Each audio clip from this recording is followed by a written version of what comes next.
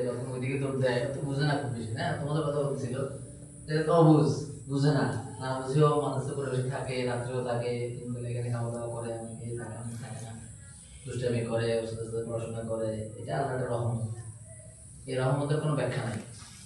তো বলতেছিলেন একভাবে আল্লাহ যখন একভাবে জান্নাত দিবে, আলেমকে বলবেন যে আমরা এখানে আমি সবাই কম বেশি আলেমই, হয়তো শুধু আমি ছাড়া মনে হয়। তো বলতেছে তুমি আলেমকে বলবেন যে তুমি জান্নাতে যাও। তখন উনি জান্নাতে যাওয়ার জন্য রওনা দিলেন, একটু পরে বললো তুমি দাঁড়াও। তো ওনার মনে একটু ভয় আসবে, না জানি কোনো ভুল করলাম, মনে যাওয়া দাঁড় করে দিল। তো বলবে যে তুমি একা যাইতেছো কেন, আসমানের দিকে তাকাও, দেখো কত কত কোটি নক্ষত্র দেখা যায়, তারা দেখা যায়, এই পরিমাণ মনকে নিয়ে চলে যাও। আলেমকে আল্লাহ তাআলা চারশো মেকানিজম দিতে পারবে, সেটাও দিতে পারবে। আলেমকে আল্লাহ এই দিবে দুজন একটা মাসায় দেবে না, কিছু কমাই দিলে ভালো হবে, এটা ভালো কমাই একটা মাসের আগে বাকি বন্ধ করে দিবে, লাগবে না। আবার আমাদের পুরো অঞ্চলে গরম পড়ে একটা থাকবে, একটা থাক বাকি প্রতিদিনে এটা বেশি তো লাগবে না, এটা একটা আমার বুঝা কতগুলো শুনি দোকানের কথা আমার খুব দিলে লাগছে কতগুলো। তো এরকমভাবে বলবে যে তুমি আকাশের নক্ষত্র দেখো, আমরা জানি আকাশের নক্ষত্র আছে, আল্লাহ তাআলা নেমে আছে সব কিছু, তো আল্লাহ তাআলা নেমে নক্ষত্র পরিমাণ মানুষ কিন্তু তুলে ধরেন।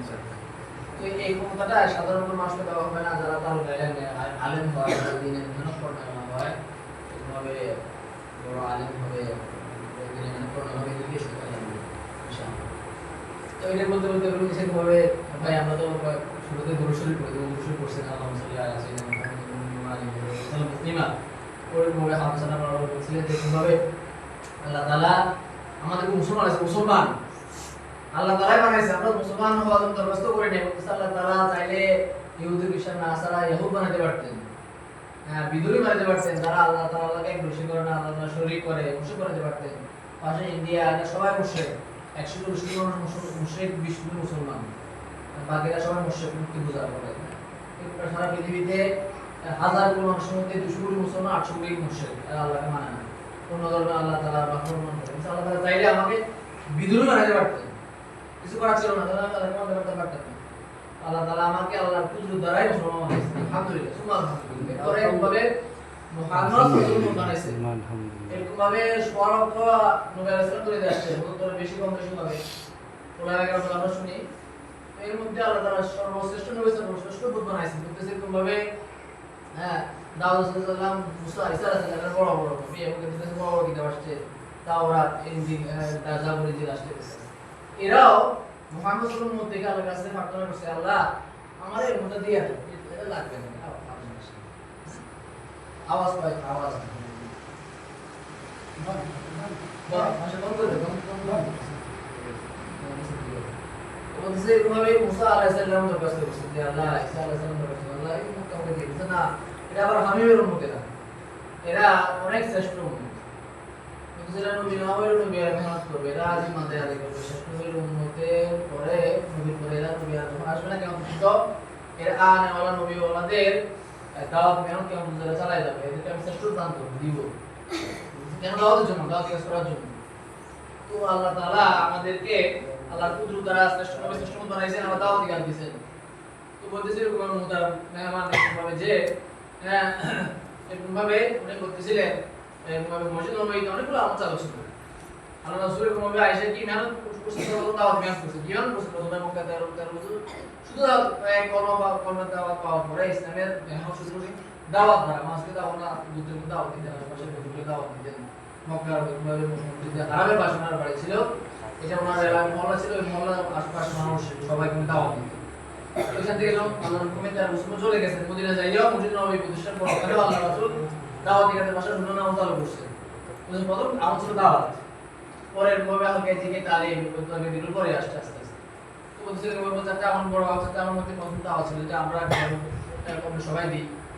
তো এই পরে আমল ছিল কিভাবে শিখে না আমল ছিল, যেটা আমরা বাচ্চারা বর্তমানে শিখি। 3 নম্বর আমল ছিল এরকমভাবে দাওয়াত তালিম, এরকমভাবে 4 নম্বর খ্যাতমত ছিল, যে আমরা খ্যাতমত করতেছিলাম, উনি খ্যাতমত করতেছি কিরকম ইবাদত দ্বারা আল্লাহকে পাওয়া যায়, ইবাদত কি পাওয়া যায়? আল্লাহকে পাওয়া যায়। ইবাদত দ্বারা জান্নাত মিলবে, আর খেদমত দ্বারা কি মিলবে? আল্লাহকে, আল্লাহ মিলবে। কি মিলবে? আল্লাহ মিলবে। রসুল বলতেছিলেন, অনেক লম্বা সব কথা বলে তো মাঝে মাঝে কথা থেকে ছুটে যায়, চেষ্টা করে সব একদম স্পষ্ট বুঝতে। বয়স হয়ে গেছে, মনে একদম চেষ্টা করতেছি স্পষ্ট বলার জন্য। মেহমান বলতেছিলেন যে এরকম ভাবে যে এই আমলগুলো মসজিদের মধ্যে বিশেষ আমল। এই আমলগুলো কখন আমাদের মধ্যে যখন আমরা দাওয়াত দিয়ে সত্যভাবে নিব, ইমানে মেহনত করবো, বলবো ফিরবো, ইমানে মেহনত করবো, তখন আমাদের জন্য আমল মজবুত হবে। আজকে আমরা কেমন মুসলমান? আমার বাবা দাদা শুনে যে আমি মুসলমান। বিশেষ করে আমি আমার কথা বলতেছি, আমি মাদ্রাসা ছাত্র না, আমি কলেজ স্কুল কলেজ পড়া ছাত্র। ওনার সাথে আমি প্রথমে ছিলাম সুনামগঞ্জে। আমি আসছি নসরতে, কুমিল্লা থেকে ট্রেনে আইসা জোহর নামাজ পড়ে সাথে খাওয়া দাওয়া করছি। পরে এখান থেকে এক ভাই গেছেন, গিয়ে সাথে আনবে তর্জমা নাই, আর তুই যেমন কিছু চলে গেছে। তো আমি শুরু করে বললো যে কারণ তুমি কোথায় যাবো? আমি শুনতে চলে যাবো, আমার 7টা ট্রেন। বুঝলেন, আপনি আজকে থাকো, রাত্রে একটা ট্রেন আছে, আমি উঠে যাবো, তর্জমা করবো, অসুবিধা নেই। এই জন্য তর্জমার জন্য আল্লাহ আমার এখানে নিয়ে আসছে। এটা বাড়তি কথা, আমার সেটা বলে নেই। এটা কেন বলছি ভাই? দাওয়াতের জন্য যদি কেউ কুরবানি করে, আল্লাহ তাকে সাহায্য করে। আল্লাহ কি করে? তাকে দিনের কাজে সাহায্যকারী আল্লাহ কি করে? সাহায্য করে। এজন্য মোদান করবে, বাকি কথাগুলো আমরা শুনবো মনোযোগ দিয়ে ইনশাআল্লাহ। माशाअल्लाह, हम अल्लाह रब्बुल इज़्ज़त का लाख लाख शुक्र अदा करें। हम पाकिस्तान से 7 मार्च के लिए निकले और इधर बांग्ला में अल्हम्दुलिल्लाह 3.5 माह 8 तारीख को इंशाअल्लाह हम का खैरमत कर जाएँ। तो मेरे दोस्तों भाइयों, अल्लाह रब्बुल इज़्ज़त इस दुनिया में एक मकसद के लिए भेजा। वो मकसद ये कि इस दुनिया में हम अल्लाह को पहचानें, प्यारे नबी पाक सल्लल्लाहु अलैहि वसल्लम की तरीक़ों पर ज़िंदगी गुजारें। ये हमारी ज़िंदगी में आपके सारे दुनिया आलम के इंसानों में ये कैसे आएंगे? इसके लिए नबी पाक सल्लल्लाहु अलैहि वसल्लम मेहनत शर्त है। ख़त्म नबूवत के सब पे ये मेहनत हमारे ज़िम्मे है। सब ने कलमा पढ़ा है, ला पढ़ो ला इलाहा इल्लल्लाह मुहम्मदुर रसूलुल्लाह। ये हम सब की जिम्मेदारी। दूसरा नबी आने वाला नहीं है, और ये क़यामत के दिन लोग आएंगे और इस उम्मत का जिम्मेदार है। इस जिम्मेदारी निभाने के लिए